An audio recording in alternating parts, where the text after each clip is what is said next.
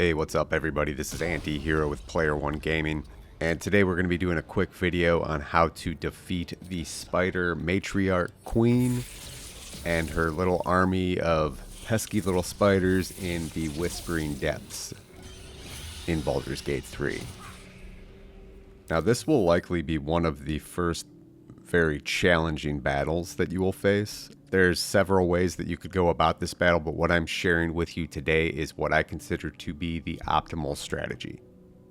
So you can get to the Whispering Depths from the Blighted Village. You approach the well, investigate it, and then climb down the rope, and that will take you to this area that you see here. Alright, so you're going to go into sneak mode here. You're going to make an immediate left. Alright, so the first thing you're going to do before you go into battle here is I'm going to show you how to get a magic item. It's going to be an item that's going to be very useful to you in this particular battle. So you're going to make another left and go down this corridor here, and it's going to take you to this room. You'll know it when you see it because it's the only room in the dungeon that looks inhabitable. And at the far southernmost end of the room, you're going to see a chest. The chest is unlocked. So you don't need a rogue or anyone else in your party proficient in lockpicking. You can just open that chest right up there. And what these are going to do is they're going to make you immune to the webbed condition, which is pretty niche, right? It's pretty specific, but in this particular area, these boots are essential. Now this battle can be broken up into segments. Now in this first segment, you're going to face off against a couple of spiders and a couple of really ugly creatures called ettercaps. This battle's, I would say, medium difficulty. I really recommend being at least level 3 when you go into the Whispering Depths. Level 3 is where you're going to get a moderate challenge, but it's definitely doable. If you're at level 3, this first battle is relatively simple if you approach it in the right way. So you're going to want to sneak up on these guys, and that pretty much goes for all the time. You are always going to be sneaking in the Whispering Depths until you have cleared the dungeon of all enemies. So what you're going to do is after you get the Spiderstep Boots, you're going to go back down the corridor you came from, but this time you are going to climb up the rock wall to this little plateau here, and you're going to separate your party. You're going to take your one ranged fighter, and you're going to sneak over to the edge and get a sneak attack on these guys right here. And I'm not going to go into too much detail on how to defeat these guys. It's pretty straightforward. I would say keep the high ground as often as possible, and you should be able to dispose of these guys relatively quickly. Now the second phase of this is relatively simple and easy, but it must be executed very carefully, and it is crucial to your success in this battle. Okay, so once you've dealt with those first foes, you are going to continue south down a second tunnel. This one can be distinguished by the spider webs that are blocking your way. Just attack it one time, it should remove the webbing and you can just continue through. Now, I would recommend separating your group here. Take only one character with you. It's going to have to be someone with a bow or crossbow, and ideally the Spiderstep Boots. You're going to want to switch it out and give them the boots, at least for this portion of the game. Now you're going to sneak down this tunnel. You are going to come to the edge of a cliff where you will see the spider in the distance, and to the left of it, you'll see this group of eggs. And those are what you need to destroy, but you're going to want to do it without alerting the spider.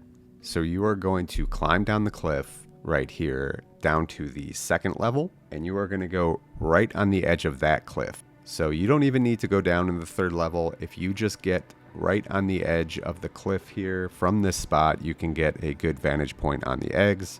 Now the reason you want to destroy these eggs is because if you don't, this Spider Queen, as soon as the battle begins, she is going to start teleporting around to each of the egg piles and hatching the eggs. And all these little baby spiders come out. And you might hear baby spider and think no big deal, which is true. One little baby spider, I'm sure you can take care of no problem. The issue becomes when you are fighting the queen spider, the regular spiders, and all the little baby spiders. It can make life very difficult for you. So when you destroy the eggs first, you don't have to worry about it. Now that is just the first of 3 piles of eggs that you will need to take care of. So once you've disposed of those, you're going to climb back up the cliff to the top level and go down the tunnel that you came from. And you're going to make an immediate left heading west.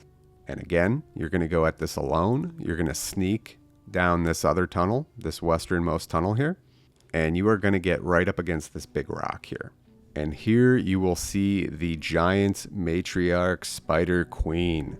Now, I kind of lucked out. I actually wish I had some of my previous outings available to show you guys, because in this particular one I did run into a little bit of a bug. Made my life a lot easier, but it likely won't be this way for you. If you notice, the matriarch spider, it just is sitting still here with her back turned and letting me kind of sneak around and just destroy these eggs. This is usually not the case. She is usually patrolling across, back and forth across the far bridge over the one she's standing by. She goes back and forth. So you have to, when she does this, it makes it a little bit more challenging. You really have to crouch down and wait till you're out of her view to pop up and shoot one of the eggs. But the idea behind it is the same. The way I did it here is likely the optimal way of doing it. For that second set of eggs, hiding behind the very large rock, and then for that last set of eggs, the one she's standing by, going over to this smaller rock here and hiding behind that and popping up and shooting the eggs. Now, once you've taken care of all 3 sets of eggs, that's when the battle can commence. This battle actually turned out to be kind of rocky for me. I almost didn't make it. Well, for one, I ended up fighting the orcs right before going in here and not restocking on healing potions or anything like that. I did a long rest, of course, but I kind of came into this battle unprepared. So that's kind of a side tip. This is a challenging battle, let me just remind you. So you want to make sure that you're pretty well stocked up on healing potions or have a healer. And then on top of that, I did something that didn't really work out. At the opening, I tried to sneak up to the spider and use my Illithid power for, this was my first time playing through with a ranger, so I had not used the Illithid power that allows you to be able to push enemies. Did not work out. The queen spider did not budge, and I was left standing toe to toe with this giant beast. I do know that she's too big to shove. You can't shove her off the edge, but I just kind of figured the Illithid power would have enough force to push her over the edge here. Didn't work, so now I'm kind of screwed here. But that's where I'm going to bring in the rest of my party at this point to join the battle. So I got Gale here, my wizard, and I'm going to sneak him up, and I'm going to aim a firebolt right at the bridge here, like I mentioned. And that is going to send the Spider Queen tumbling.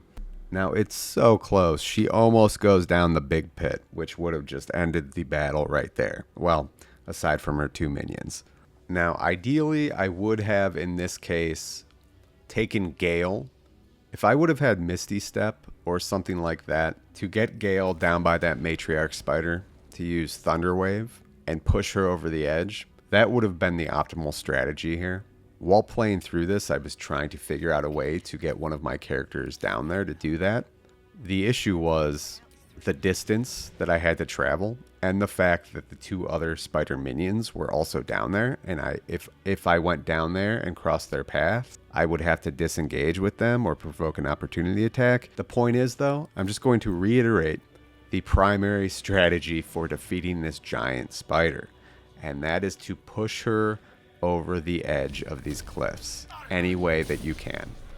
But again, she's too big to shove, so don't even try it, because if you do, then you're just stuck there toe-to-toe with her, which is not good. Fortunately, that initial fall did do enough damage to really put a dent into the Spider Queen and give us a good start to the battle. I mean, ultimately, that's what won it for us. And that's really the strategy. I could continue to walk you through what happened in this playthrough for me, but again, things didn't really go as planned. Every playthrough in this game is going to be a little bit different. So going through the little details of a battle isn't really helpful, because the little details will change. What's important is the fundamental strategy of this battle. So we'll just run through it one more time very quickly. The first thing you're going to do is come in well prepared, what I didn't do. Have several ways to not only heal, but also things like potions of speed and things like that could really help you in this battle. So come in well prepared. That's tip number 1. Tip number 2, sneak through the Whispering Depths. You want to be stealthy here. You want to get the drop on these guys. Number 3, get the Spiderstep Boots to ensure that you can travel across the bridge without becoming enwebbed. Number 4, take out those first wave of enemies without getting noticed. Number 5, dispose of those phase spider eggs. And number 6, falling damage. Plan out every possible way that you can to knock these spiders over the edge of the cliffs.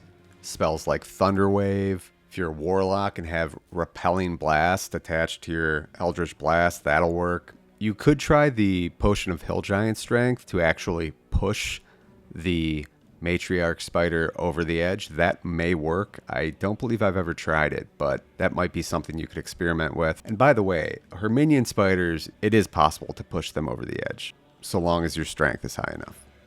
And one last thing, if you do manage to defeat the Matriarch Spider Queen without pushing her over the edge of the pit, you can loot her corpse, and absolutely should. You will get another magic item, the Poisoner's Robes.